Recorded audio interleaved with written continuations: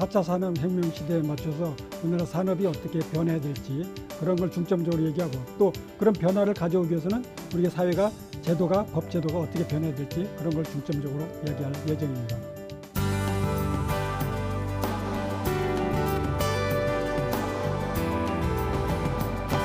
(4차) 산업혁명이라는 것은 이제 정의학에 따라서 여러 가지 명이 있는데 저는 이렇게 간단히 한번 얘기를 해보겠습니다.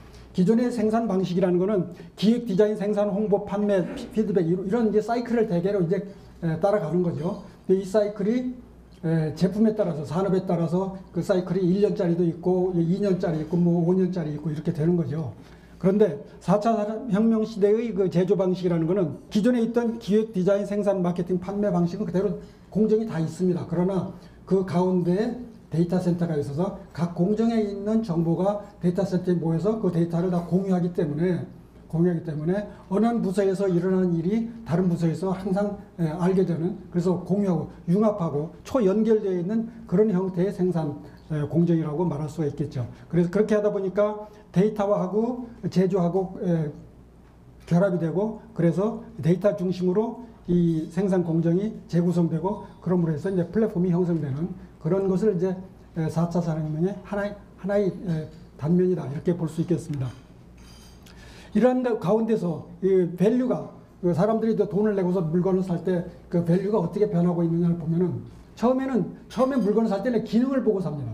그러다가 서서히 그 제품의 기능이 좀 이제 충족이 되면은 그 다음에는 이제 디자인을 보죠. 그 다음엔 또 서비스를 보고, 그 다음에는 이제 브랜드를 보고 사죠. 자, 요런 우리 그 제품의 밸류라는 것이 기능, 디자인, 서비스, 브랜드로 이렇게 발전해 나간다는 걸 우리 참고로 하고서, 그러면은 이런 그 4차 산업혁명 시대에 우리 산업은 어떻게 갈 것인가. 그러니까 밸류의 변화에 따라서, 그래서 생산 공정에서 제품에 따라서 데이터 수집되고 데이터가 저장되고 AI에서 가치가 창출이 되는데, 결국은 이러한 데이터들하고 제조의 결합에 의해서 서비스가 밸류가 그렇게 흐르기 때문에 서비스 쪽으로 서서히 발전해 나가는 것이 필요하지 않는가, 이런 생각을 해보게 됩니다. 그래서 생산과 데이터가 모이면 이제 서비스 산업으로 나아가는 거죠. 그래서 우리가 이런 걸 생각하고서는 이제 우리가 이제 해야 될 일이, 첫째, 우리나라의 산업은 우리 다 알다시피 수출 중심 제조업입니다. 그래서 혹자들은 제조 비중이 너무 크지 않느냐, 뭐 수출 비중이 너무 크기 때문에 뭐 외국의 영향을 너무 많이 받는다, 그런 얘기를 하는데, 뭐 그런 말도 일리가 있을 수 있는데, 우리 처지가 그런 건 아니죠. 우리가 수출 안 하고는 뭐 살 수가 없는 거고, 또 내수 가지고 할 수 있는 게 아니죠. 그리고 또 제조를 비중을 줄여가면서 서비스를 육성한다. 서비스를 이렇게 육성할 수 있으면 얼마나 좋겠습니까? 그런데 서비스가 그렇게 뭐 만들어지는 게 아니죠. 그래서 서비스라는 건 또 달러를 벌어들이는 서비스여야 되는 거예요, 우리는. 그래서 제조를 소홀히 하면 안 되고, 그러나 제조를 튼튼히 계속 잘하면서 서비스 쪽으로 확대해 나가는 쪽으로 우리가 노력을 하자. 그리고 여기서 말하는 서비스는 국내 내수 서비스가 아니라 글로벌 서비스로 해야지 달러를 벌어들여서 우리가 기름값도 되고 그러는 것이죠. 사물의 데이터를 수집하고 빅데이터를 구축하고 빅데이터로부터 새로운 정보 추출하고, 그렇게 함으로써 소비와 제조를 결합시켜가지고 새로운 서비스를 창출하고, 그렇게 함으로써 고객을 만족시키고, 이런 시스템이 이제 O2O 서비스 플랫폼 시스템이 되는데, 이러려면은 신산업 아이디어가 많이 나와야 돼요. 근데 지금 젊은 사람들이 공무원 될 생각만 하고 이런 신산업 이런 데 인생을 투자하려고 하지 않기 때문에 꿈꾸는 사회를 만드는 쪽으로 우리가 노력을 하자. 그래서 상상을 하고 스스로 질문도 하고, 질문 많이 하고, 꿈을 꾸고, 괴짜들을 격려해주고 도전하고 창업하고, 그렇게 함으로 해서 정보도 공유하고 이익도 공유하는 이런 사회를 만들도록 우리가 노력을 하자는 것이 이제 저희들의 두 번째 주제입니다. 이런 얘기 하다 보면은 결국 사회 분위기가 바뀌어야 된다, 그런 얘기 맨날 그렇게 얘기합니다. 사회 분위기가 바뀌어야 된다는 얘기만 많이 하면은 결국은 너무 공허하고 아무도 책임이 없이 그냥 일어서게 돼요. 그래서 저희들은 이런 사회를 좀 바꾸려면, 그러면 레버리지가 있어야 되는데 그건 뭐냐? 그래서 이제 제도를 좀 바꿔야지 그런 사회 분위기도 바뀔 수 있지 않겠냐 해가지고,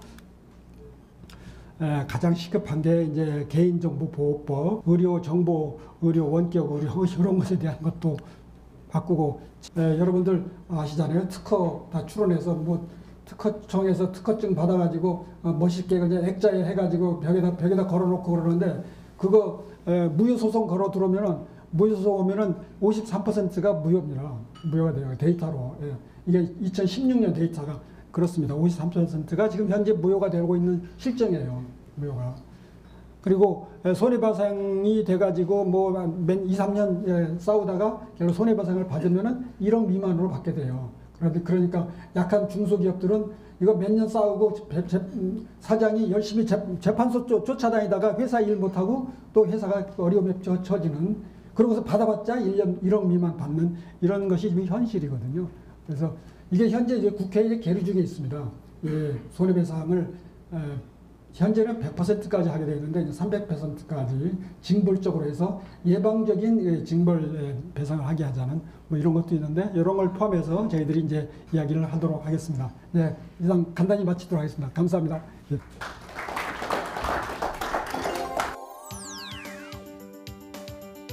네, 그동안 기후의 복잡성 때문에 왜 더웠는지 이유에 대해서 간단히 설명을 하고요. 그리고 앞으로 벌어질 물리적인 변화, 기후변화에 우리는 어떻게 적응하고 대응해야 되는지 과학기술자 입장에서 미래 2030년을 예측해 봅니다.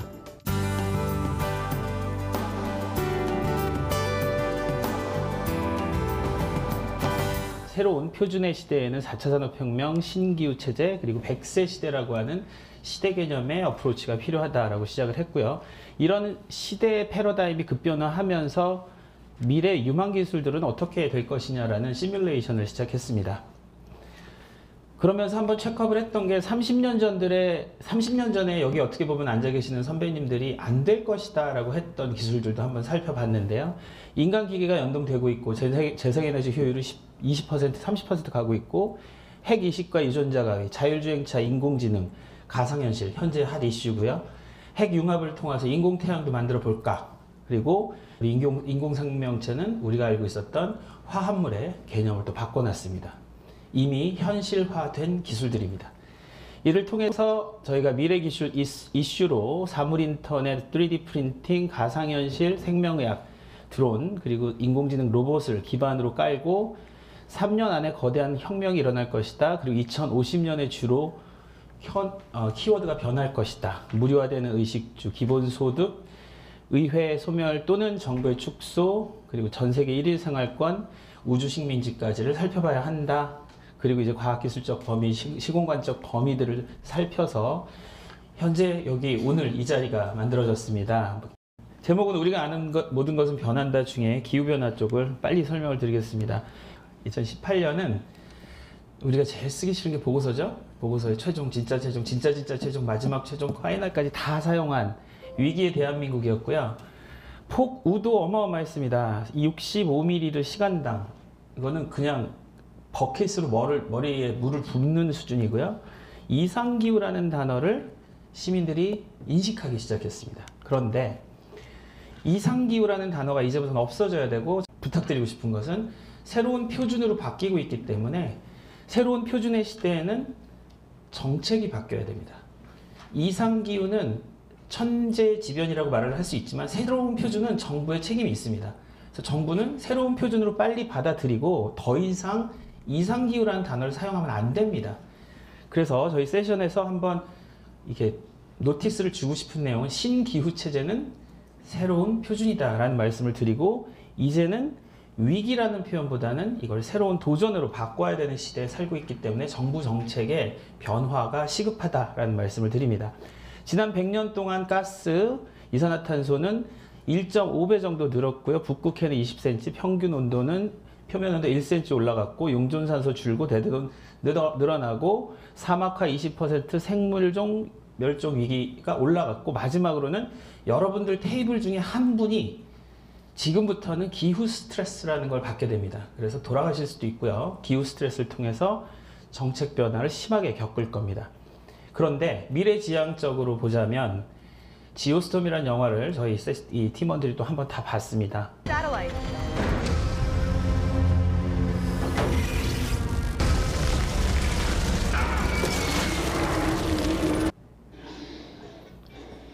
위성 수만 개가 지구 위에 떠 있고, 자연재해가 발생할 때 인공 강우를 내리쏘고 태풍의 핵을 노리고 갑자기 구름을 맑은 하늘로 바꾸는 이런 스토리의 영화입니다. 2050년은 이 세 가지에 대해서는 반드시 변할 것이라고 생각하고요. 우리가 알고 있었던 기후, 노동가치, 4차 산업혁명을 통한 노동가치, 고령화 저출산 문제는 반드시 새로운 표준으로 모든 것이 변해 있을 것 같습니다. 신기후체계에서 국내 이상기후의 2017년 상황을 살펴보겠습니다. 미 항공우주국은 2017년을 역사상 두 번째로 더운 해로 발표했는데 올해가 더 더웠습니다. 또 기록이 바뀌겠죠. 2017년은 세 번째로 더운 해로 바뀔 것 같습니다. 우박에 의해서 6월 달에, 국지성 호우로 7월에, 폭염으로 양식생물, 그리고 오존농도 역대 최다 발생, 폭염특보는 203회. 기후변화에 대처하기 위해서 전 세계는 이런 노력을 하고 있습니다. 신기후체제 선언을 통해서 기후기술이라고 하는 CTCN, Climate Technology라고 하는 새로운 단어를 만들어내고 100조의 기후기금과 100조의 환경채권을 만들어냅니다. 하지만 중앙집권적인 예산관리와 이해타산적인 계산에 의해서는 기후변화는 결코 기술에 접근하기 힘들다라는 생각으로 기술자들은 또 신기후체제에서는 감축, 처리, 활용에 대해서 선제적 대응을 해야 한다라고 판단을 합니다. 그리고 이게 바로 미래 먹거리가 될 것이고 그 두 가지를 안다면 대응기술과 적응기술이 될 것이다 라고 얘기를 합니다. 기후변화 대응기술은 우리가 선제적으로 대응할 수 있는 기술들인데요. 첫 번째는 에너지 믹스, 두 번째는 워터 믹스, 세 번째는 방금 전에 보셨던 지능형 연결사회, 에너지 자립 실현이라는 부분과 수자원 관리를 진흥화시키고 도시사회 기능을 강화하는 내용입니다. 셰이크 아메드가 얘기한 석기 시대가 끝난 것은 돌이 부족해서가 아니다. 석유 시대도 석유가 부족해서 끝나진 않을 것이다. 바로 재생에너지, 신에너지가 등장하면서 석기 시대가 없어진 철기와 청동기 시대가 나타난 그 이유와 같이 석유 시대도 석탄의 종말을 얘기할 것이다 라고 얘기를 했습니다. 그리고 작년입니다. 작년에 2050년에는 100% 신재생 에너지로 전환이 가능하다라고 얘기를 하는데 그 방법은 첫 번째, 현재 전 세계 5.6%에 해당하는 재생에너지가 있습니다. 이들을 100%까지 바꾸기 위해서 BAU가 반영된 엔드유저 전력 수요를 고려를 할 때 현재 보고 계신 이 삼각형은 에너지 손실입니다. 에너지 손실 부분에서 전기로 전환을 할 경우 풍력은 10배, 태양력은 50배 정도가 늘어나게 되면 현재 기술로서도 충분히 139개국에서 100% 재생에너지 전환이 가능하다라는 논문이 발표가 됐습니다. 불가능하다는 생각에서 한번 계산을 해봤습니다. 우리나라 원자력 발전소 1기에 1기가와트 전력이 발생되는데 태양광 패널로는 면적이 한 25제곱킬로미터, 5km 바이 5km 정도의 면적이 필요합니다. 현재 기술 수준으로서 접근을 했을 때 24기가 될 경우에는 태양광 패널이 600제곱킬로미터가 필요합니다. 이것은 서울시의 면적입니다. 어마어마한 면적이죠. 그런데 이 부분이 과연 너무나 많은 토지 면적이 필요할까라는 부분에서 다시 한번 다른 앵글로 접근을 합니다. 우리나라의 2017년 골프장 487개가 가지고 있는 면적이 600제곱킬로미터, 정확하게 원전 24기를 현재 기술로서도 바꿀 수 있는 면적입니다. 골프를 치지 마시라는 게 아니고요. 골프장을 대체할 정도의 면적이면 우리나라도 충분히 관련 일자리와 안전적 수익을 바탕으로 태양광 패널도 현재 기술로서 가능하다라는 말씀을 드립니다. 그렇다면 에너지 믹스와 워터 믹스라고 하는 부분이 지금 새만금에서 디자인되고 있습니다. 비전 선포는 10월 30일에 했고요. 현 정부에서 새만금 부지의 9.5%, 현재 보기 계신 태양광의 3기가와트 정도, 풍력의 1기가, 연료전지의 0.1기가, 전체 한 원전의 4기 정도를 대체할 수 있는 전력을 만들겠다. 10조가 투자돼서 10만 개 일자리를 만든다면 25조 원의 경제 효과가 날 것이다. 이렇게 발표를 했습니다. 두 번째는 지난 정부에서 시작을 했던 새만금 워터믹스라는 부분인데요. 수자원의 다변화를 위해서 워터믹스 시나리오도 지하수, 하수, 지표수를 이용한다면 해수담사까지 추가되는 이 공간에 새만금 지역에서 워터믹스도 충분히 가능하다라는 시나리오를 만들어냈습니다. 결국 물 분쟁뿐만이 아닌 물 수요가 부족한 곳, 공급이 부족한 곳에 물 수요와 공급을 맞춰줄 수 있겠다라는 시나리오가 나왔고, 방법은 수원의 다변화입니다. 그래서 그들을 블렌딩을 하거나 새로 그리딩을 해주는 방법으로 진행을 합니다.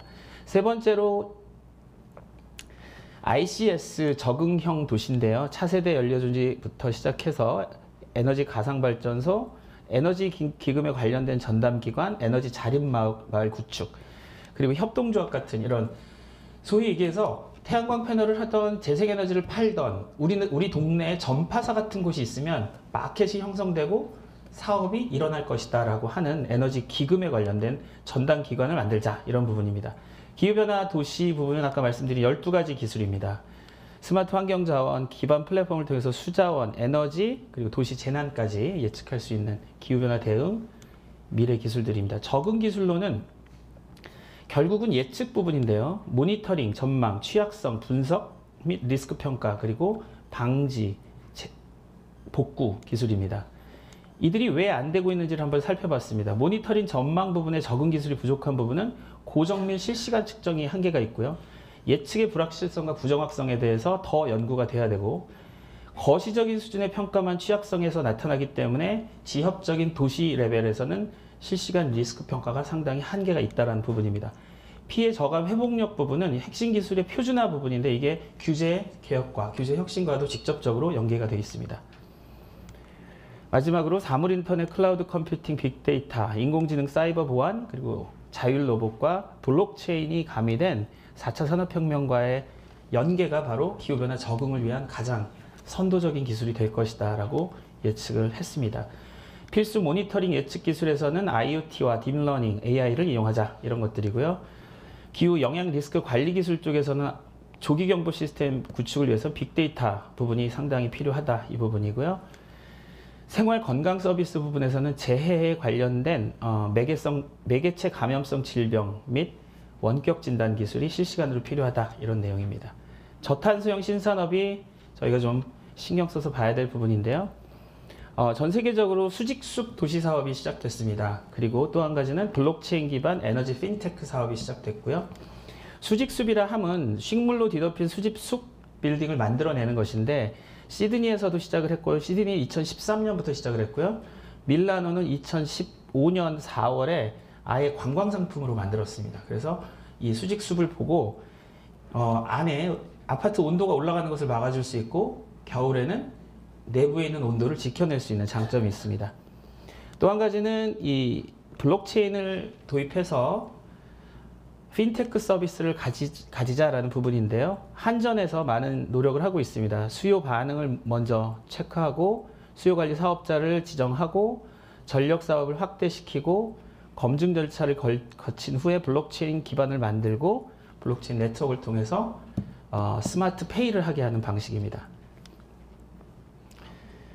결국 우리가 필요로 하는 것은 창의적인 기반이 있어야 되고요. 융합하려고 하는 마음, 그리고 서로 내가 전부가 아니다라고 생각하는, 아까 누구 앞에서 얘기하셨죠, 겸손한 소통이 있어야지, 기후 세션에서도 마찬가지로 협업이 있어야지만 이 난제를 풀어나갈 수 있을 것이라고 생각이 듭니다. 여기 보시는 이 그림은 인터스텔라에서 이 쿠퍼 선장이 마지막으로 그 어려운 행성을 빠져나올 때, 저기 물이 아니고요, 자성을 가진 액체인데 저기 뛰쳐나와야 됩니다.